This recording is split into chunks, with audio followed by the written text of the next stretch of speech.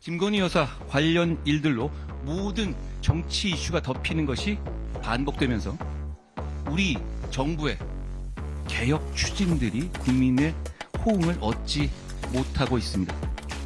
야당의 무리한 정치 공세도 있습니다만 그간 국민의 눈높이에 맞지 않는 행동들도 있었고 의혹의 단초를 제공하고 제대로 설명하지 못해서 민심이 극도로 나빠진 겁니다. 국민들의 걱정과 우려를 이번에 반드시 해소해야 합니다. 네, 그 지역 선거 지방 일꾼 뽑는 선거 아니겠습니까? 네네.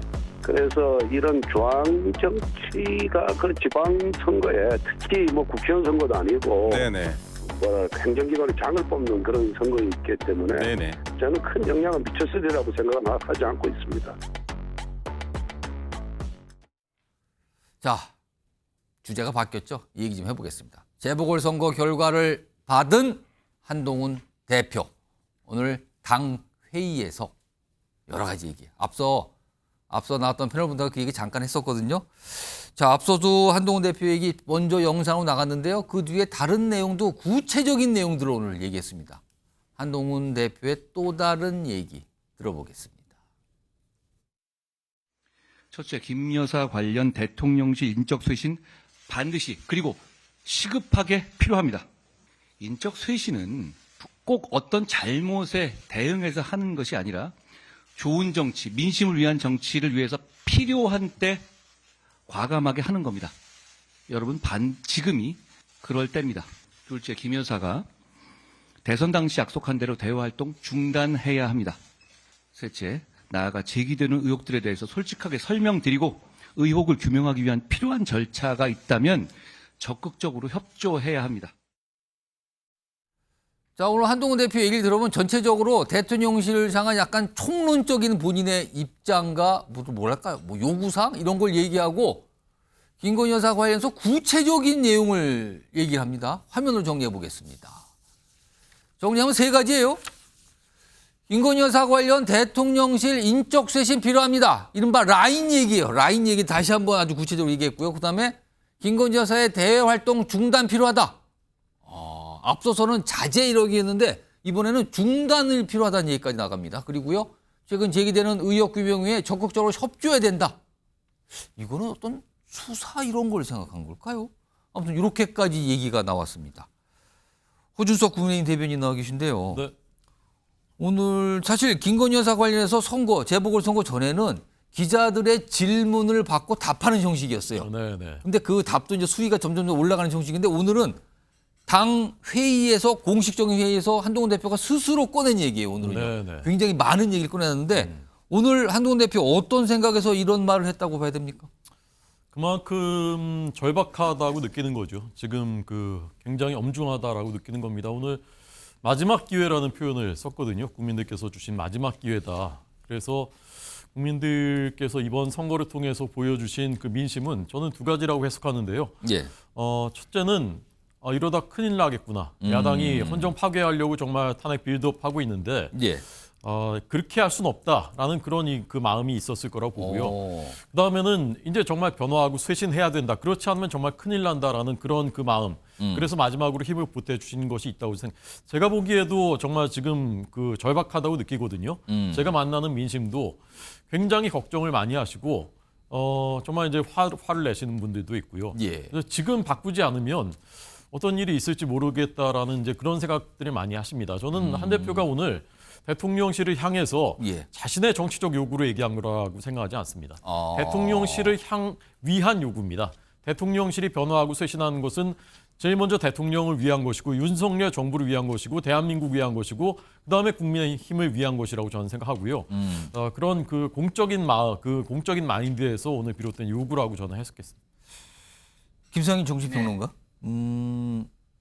다음 주 초로 윤석열 대통령과의 독대, 대통령실에서는 좀 면담이라는 표현을 썼지만 독대가 잡혀 있어요. 근데 오늘 말 들어보면 그 독대 자리에서 할 만한 말을 오늘 다 미리 한 거 아니냐 이런 시각이 나옵니다. 그렇다면 오늘 한동훈 대표는 오늘 그 얘기를 미리 다 꺼내놓고 그렇죠. 대통령실은 들었죠? 그러면은 답변을 주세요. 이렇게 한 셈입니까? 그렇죠. 왜냐하면 그동안 한동훈 대표가 용산에 가서 예. 어떤 이야기를 나누고 나온 다음에 기자들한테 이야기를 하면 용산의 반응이 뭐냐면 아니 어떻게 용산에서 들은 얘기를 용산에서 나눈 얘기를 기자들한테 이렇게 시시콜콜 뒤에서 자기 정치를 해라고 얘기를 했죠. 그런 지적이 있었어요. 그런 얘기를. 예. 그런 식으로 공격이 들어오니까 고민을 많이 했을 거예요. 그러면 이 만남에 대해서 정치적으로 어떻게 메시지를 풀어가고 예. 방향을 어떻게 몰고 가야 되느냐라는 고민을 했을 겁니다. 예. 근데 만약에 아무 얘기를 꺼내놓지 않고 대통령을 만나러 들어갔어요. 예. 그럼 거기에서 대화도 어렵고 일단은. 어. 그렇잖아요. 거기에서 무슨 얘기가 나올 줄 알아요? 근데 거기에서 제대로 말을 꺼내기도 어려운 상황에서 또 나와가지고 얘기까지 하면 또 뒤에서 자기 정치를 하네. 어떻게 대통령과의 대화를 시시콜콜 나가가지고 얘기를 하네. 뭐 이런 또 비난들이 올 거 아니에요. 그러니까 저는 요번에 전략을 좀 짰다 이런 생각이 들어요.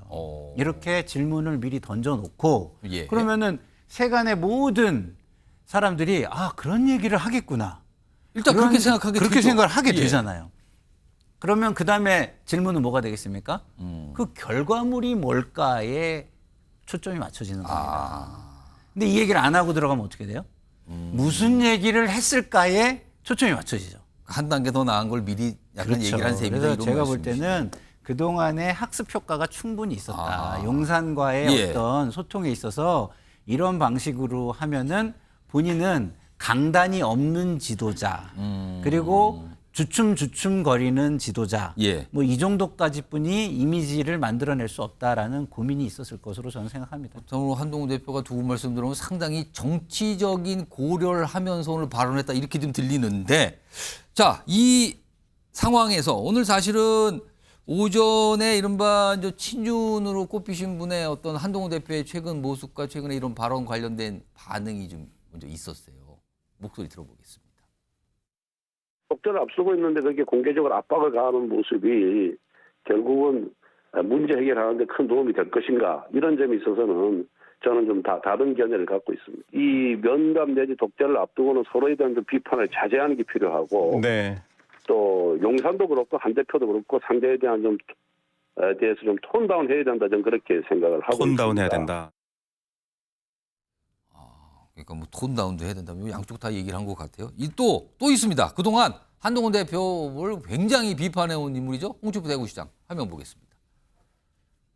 오늘도 비판인데요. 원조 김여사 라인으로 벼락 출세한 사람.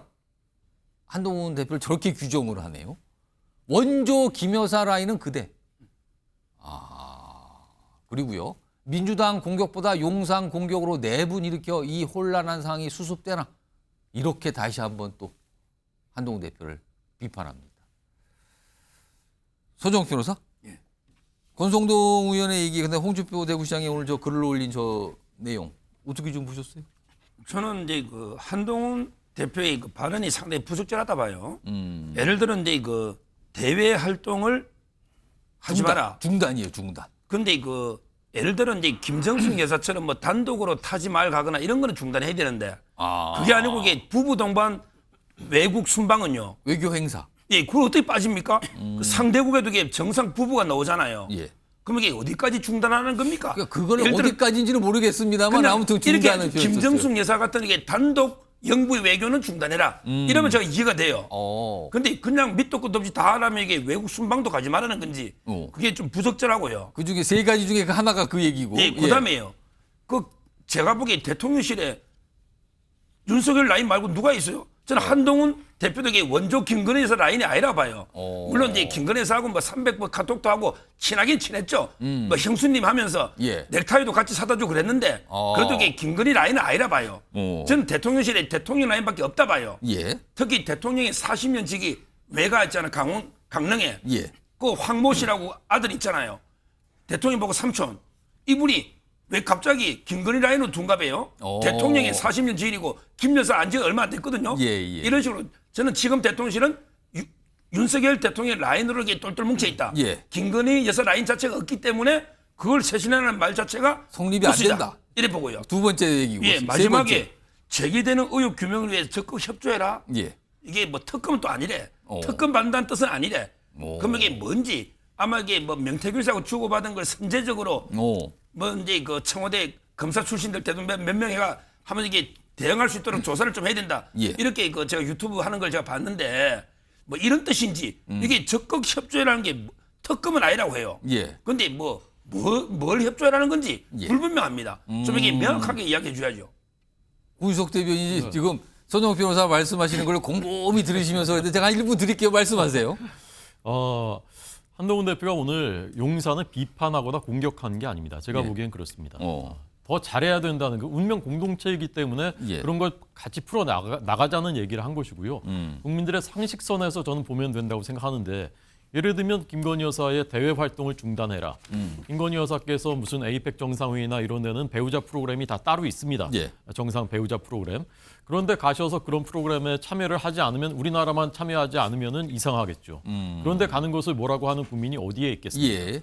그러나 이제 지난번 마포대교 같은 이제 국민들에게 오해나 또는 저것이 어떤 의미일까 이런 생각을 불러일으키게 하는 이런 걸 안 하는 게 좋겠다는 것이거든요. 예. 저는 그게 국민의 이제 공감대라고 생각하고 김건희 여사께서 대선 때 말씀하셨던 배우자로서의 역할에만 충실하겠다라는 게 바로 이제 그런 부분 똑같은 얘기라고 저는 생각합니다. 그 다음에 이제 그 라인 인적 쇄신 부분에 대해서는요. 한동훈 대표가 오늘 이런 얘기를 했습니다. 인적 쇄신이라는 것은 꼭 어떤 잘못에 대응해서만 하는 것이 아니다. 국민들의 신뢰를 얻기 위해서 예. 때로 필요할 때 하는 것이다. 저는 7인, 한남동 라인 이런 부분에 예. 좀 그 억울한 부분도 있을 것이고 사실이 아닌 부분도 있을 것이라고 생각합니다. 그렇지만 김건희 여사가 국정에 개입을 어떤 식으로건 하고 있다라는 그런 그 의심과 그렇게 또 의심할 수밖에 없게 만드는 정황들도 일부 나왔었거든요. 예. 그렇다면 그것은 해소해 드려야죠. 그래야지 국민들의 마음을 돌릴 수 있는 거 아니겠습니까? 알겠어요. 두 분 말씀이 이제 큰 시각차가 보이는데 요 얘기 계속 이어갈 거예요. 근데 여기서 앞에 제가 OX 팻말 네 분께 좀 미리 드렸거든요. 이거 질문을 하고 그 얘기 하시면서 본인들의 약간 관련된 얘기 더 추가로 하시면 좋겠는데 질문은 이겁니다. 오늘 대통령실에서는 오늘 한동훈 대표의 발언에 대해서 입장이 없다라는 반응이 나왔어요. 오늘 한동훈 대표의 발언에 대해서. 자, 이런 상황입니다, 지금요. 한동훈 대표 발언도 소개해드렸고 대통령실에서는 뭐 입장이 없다는데 이런 상황 쭉 감안했을 때 다음 주에 잡혀 있는 윤석열 대통령과 한동훈 대표의 독대 회동. 이거요. 예정대로 열릴 수 있을까? 어려울 겁니다. 예정대로 열릴 거라고 전망하시면 O고요. 이거 조금 어려울 수도 있겠다 하면 X입니다. 들어주세요. 전원 옵니다. 그럼 이거 질문이 쓸데없는 질문이 됐네요. 전원 다 똑같은 생각을 하신 건데 이거는 뭐 변함없이 그대로 열릴 거다는데 일단 서재원 민주당 정책위 부위원장 나와 계신데요. 일단 오늘 선택하신 이유 말씀해 주시죠. 왜냐하면 한동훈 당대표하고 윤석열 이제 대통령하고의 관계 그러니까 신뢰는 아직 할 수 있다. 그리고 예. 대화를 못할 정도의 관계가 깨진 건 아니것이고 특히 요즘에 이제 명태균 관련해서 이분이 계속 공격하면서 대통령실이 궁색한 어떻게 보면 변명 아닌 변명하면서 예. 거짓말에 대한 어떤 프레임에 걸렸단 말입니다. 그런데 지금 상황에서 또 독대를 다음 주 예정했는데 그것을 만남을 또 어떤 이유에서 연기한다. 그 리스크 자체가 그 메시지잖아요. 예, 그런 부분에서 만나서 대화하거나 그 결과를 낼 수는 없을 수도 있을 것 같은데 만남 자체는 이루어지는 건 저는 상수라고 생각합니다. 그 지금 상황에서 이걸 안 한다는 건 있을 수가 없는 거다 이런 네, 말씀인데요. 김상일 평론가께는 그 내용과 함께 제가 이 질문을 좀 드려볼게요. 아까 잠깐 제가 말씀드렸는데 이 독대와 관련해서 대통령실 관계자의 설명은 독대란 표현이 아니고요. 네. 면담이란 표현을 네. 그동안 썼어요. 근데 면담과 독대는 좀 다르거든요. 혹시 한동훈 대표와 윤석열 대통령과 한동훈 대표가 그 만남 자리에 독대란 표현의 그 자리에 네. 혹시 배속자가 있는 걸까요? 예를 들면 정진석 비서실장. 이거 어떻게 보세요? 뭐 그럴 가능성을 열어놓은 것이겠죠. 근데 그런 가능성을 열어놓는 건 뭐 정치적으로 저는 뭐 전략적으로 할 수 있다고 봐요. 예. 근데 실제로 독대가 아니라 배석자를 두고 한다. 예. 그러면은 국민들이 그걸 어떻게 볼까요? 역시 대통령은 편협하구나. 역시 고집이 세고 불통이구나. 이렇게 볼 거예요. 예. 그리고 요번 독대도 안 할 수 없다고 제가 동그라미를 오를 예. 든 이유는 뭐냐? 용산이 엄청난 위기 상황이에요. 어쩔 수 없이 할 수밖에 없다는 의미입니다. 예. 근데 어쩔 수 없이 할 수밖에 없는 독대를 안 한다? 예. 그거는 스스로 위기를 더 자초하고 심화하겠다는 뜻뿐이 안 되는 거예요. 자, 지금 서정욱 변호사님이나 권성동 의원이나 예. 홍준표 시장의 인식을 보세요. 국민 인식이 라인이 있다고 인식을 하고 있어요. 오. 국민 잘못입니까? 예? 그럼 없다. 그럼 왜 없는지에 대해서 국민이 인식을 바꿀 만한 이야기를 해주셔야지. 마치 예. 없는데 국민들이 쓸데없이 그런 생각을 하고 있다는 식으로 강요하듯이 질책하듯이 말씀하시는 것들은 예. 저는 잘못됐다고 봐요. 그리고 용산을 공격한다고요? 아니 이게 민심인데 그러면 민심이 용산을 공격하고 있는 겁니까? 그러니까 본인들은 아무 잘못이 없는데 그냥 국민들은 그냥 용산을 공격하고 싶어가지고 그냥 공격을 하는 건가요? 공격이 아니에요. 민심은 대통령이 잘하시길 바라면서 이건 아닙니다라고 이야기를 하고 있는 겁니다. 자, 두 분 똑같이 뭐 네 분이 다 독대는 이건 뭐 이뤄질 건데 손정욱 변호사 아까 그 내용과 독대 5를 선택하신 이유와 배석자 부분 혹시 면담이면 혹시 누가 배석하고 그러는 거 아닐까요? 이거 어떻게 보십니까? 뭐 저도 그럴 가능성이 높다 봐요. 면담이면 이제 그 비서실장 한 분 정도는 예. 배석할 수 있겠다. 그럼 예를 들어 윤석열 대통령, 한동훈 대표, 비서실장 이렇게 갈 수도 있다? 그런데 그럴 가능성이 있죠. 그게 면담이라면. 예. 근데 문제는 지금 우리 김상일 평론가나 예. 일부에서는 이제 이게 뭐 용산이 지금 상당히 궁지에 몰려가지고 위기라서 그런다는 위기하면서 설명이었어요? 또 이게 갑하고 을이 바뀌가 마치 한동훈 대표 갑이고 용산이 을인 것처럼 진짜게 그 모르는 사정을 속사정을 이야기입니다. 아, 속사정을 몰라서 하는 말입니까? 그렇죠. 그거는? 지금 이게 두 분 다 절박한 거예요. 국민을 제가 외면하는 보기에- 말씀 같다고 저는 아니 생각합니다. 대통령도 알겠습니다. 예. 통합이 필요하지만 이게 그 한동훈 대표도요. 예. 만만치 않습니다. 지금 이게 저는 보수청의 분위기를 많이 보잖아요. 한동훈 대표는 이게 엄청난 이게 유튜브들의 공격이 많아요. 약간 비토가 있습니까? 엄청나게 많아요. 한번 보시면 그건 제가 설명해도 유튜브 한번 예. 확인해 보시면 알 거예요. 예. 그리고요 친윤 의원들이 안 움직이잖아요. 예. 지금 친한동훈계가 20명 미만이에요. 예. 180명 정도 친윤인데 꿈쩍도 안 하잖아요. 오. 이런 상태에서 한동훈 대표에게 성과 내기 어렵거든요. 오. 둘 다 필요하니까 이게 통합 차원에서 독대나 뭐 면담을 하는 거지. 예. 너는 한쪽이 뭐 갑이고 한쪽이 을이고 이건 말도 안 되는 이야기죠. 마지막으로 호주석 대변인께서 역시 독대는 이거는 뭐 이 정도로 이루어진다고 봐야 된다. 5를 선택하셨어요. 그러니까 두 분 다 절박하다는 거 그 부분 한 부분 하나 동의합니다. 지금 서 변호사님 두 분 말씀하신. 다 모두 절박하다 지금. 네, 두 분 다 절박하다. 왜냐하면 그것은 그 두 분의 개인적인 어떤 그 운명 때문이 아니라 대한민국의 운명 때문에 그렇습니다. 지금 여기서 잘못해서 정말 국민들이 원하지 않은 그런 방향으로 흘러간다면 예. 자유민주주의 법치 질서를 대놓고 위협하고 무시하는 이재명 대표의 민주당에게 기회가 가는 것이지 않습니까? 예. 많은 국민들이 그것만은 피해야 된다고 생각하시는 겁니다. 그래서 이번 독대가 중요한 것이고 이번 독대가 이루어진 것도 저는 그래서라고 생각하고요. 예. 저는 길게 보면요. 윤석열 대통령께서 한동훈 대표의 그 입장 요구를 예. 나중에 지나고 나면 받아준 것이 많습니다. 그러면 여야 의정 협의체도 결국은 수용이 됐고요. 예. 2026년 증원 유예 문제도 나중에 결국은 수용이 됐습니다. 독대 이것도 안 될 것 같았지만 결국 수용해서 그러네요. 예. 하지 않습니까? 그래서 저는 이 자리가 무슨 서로 주고받기 협상을 하는 자리일 수가 없습니다. 예. 이것은 운명이 같고 목표가 같기 때문에 예. 그런 국민들이 원하시는 그런 결과를 내는 독대 자리가 돼야 된다는 인식을 두 분이 다 공유하고 있을 것이라고 생각합니다. 알겠습니다. 모두 네 분 내려주세요. 요 독대 관련해서는 홍준석 대변인과 손정욱 변호사가 상당히 일치된 의견을 주셨어요. 알겠습니다.